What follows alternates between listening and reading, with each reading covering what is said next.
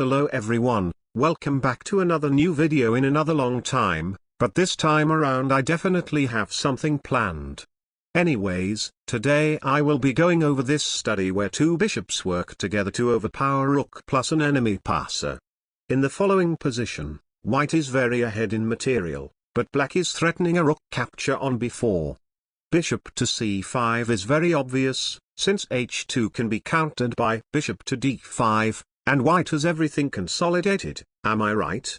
Well, our task isn't looking any easier after Black responds with the simple king to h7. Sure, we can position our light-squared bishop on d5, but now Black's counterplay quickly comes into action as the Rook helps the h-pawn promote, leaving us with only one bishop, as well as a race lost by one move.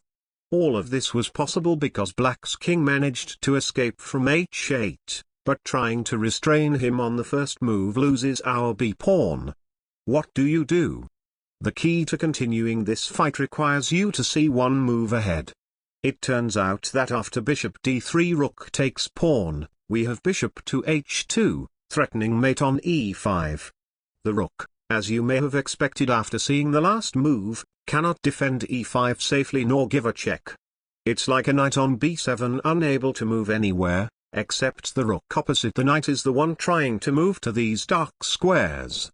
But there is one defense, which is Rook to e4 off a draw, because bishop takes Rook is stalemate, while the square for the h2 bishop to check is under firm control. Unfortunately for our opponent, they are not going to be the last one to make a quiet move. Check this out, with king to f7, Black's king still isn't going anywhere, but to prevent bishop e5 mate, Black's Rook must stay on the e-file, which has very little room because e6 was just taken away by our king.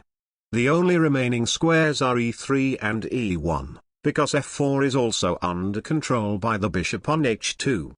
Against both moves, we can play the great move bishop to f5, preventing a check on the f-file. All that is left is to maneuver our dark-squared bishop to the long diagonal. Black tries to get the h-pawn moving and it seems to save the game, but it is just an illusion after one move. Wait for it, bishop to d6. If Rook to e3, then bishop to c5 and Black cannot prevent bishop to d4 next. But any other move allows the swift bishop to b4, threatening bishop to c3 mate.